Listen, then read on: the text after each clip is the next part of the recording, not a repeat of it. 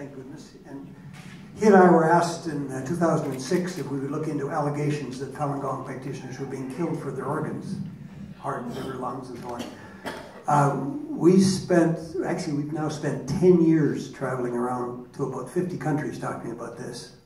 And ladies and gentlemen, we, to our dismay, found about 30 kinds of evidence that this is happening.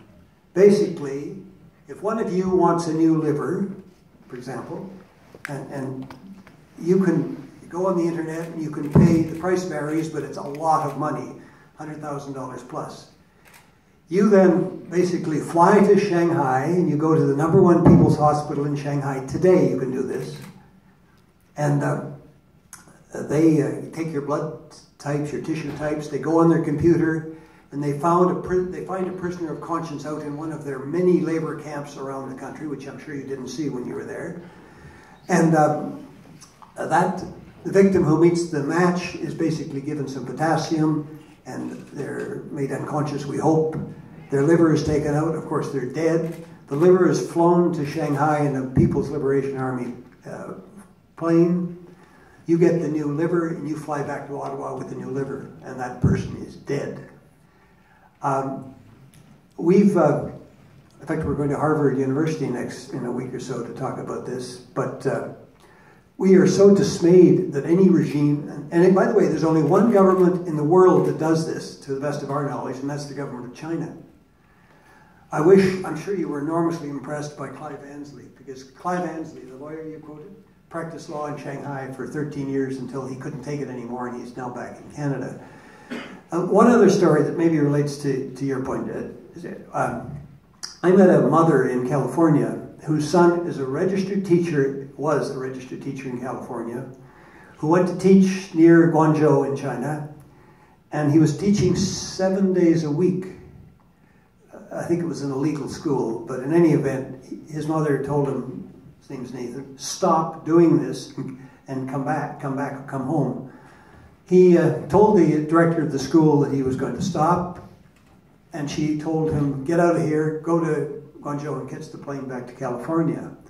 That was the last thing his mother heard from him was a call on her voicemail from her son saying he was terrified, his passport had been stolen, he was sure he was going to die. And you know what? The next thing she heard, he'd been killed in a car accident. And the authorities, of course, said it was an accident. But she's a very stubborn woman. She had his body brought back to California, and the autopsy there showed that he'd been murdered. I wonder how many of you have friends who are going to teach or are teaching in China who hear this kind of thing. That's the kind of barbaric regime that is operating in there. And we all respect the culture of China. I had thousands of constituents who have origin in China. Wonderful people. They're the most highly educated community, ethnic community, cultural community in Canada. The people are wonderful. The government is despicable.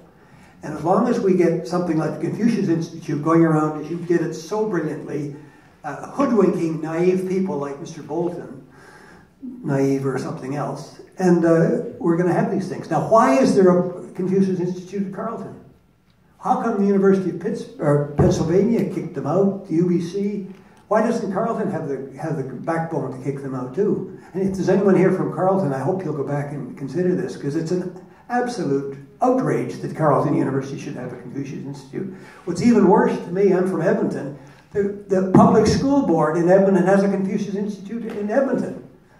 I mean, it's just, it's what is wrong with the people? We're the Chris Boltons of the world. How come they have so much sway, and the wonderful people you saw on the screen seem to get, except in a few cases like Toronto, seem to get ignored because we get hoodwinked, somebody who's doing business in China. The next time somebody tells you that they're wonderful, China's a wonderful place, ask them if they're doing business in China. And do you know how many Canadians have lost their jobs because of our trade with China? Peter Navarro, who's a Harvard PhD, says that the United States has lost about 20 million jobs because of its trade with China, and it's lost about, I think it's 54,000 plants in the United States over the last 20, 25 years. How many plants have to close in Canada before we start listening to people like Doris or Michel or people who are concerned about Canada and not trying to do more business in China? I think I'll stop there.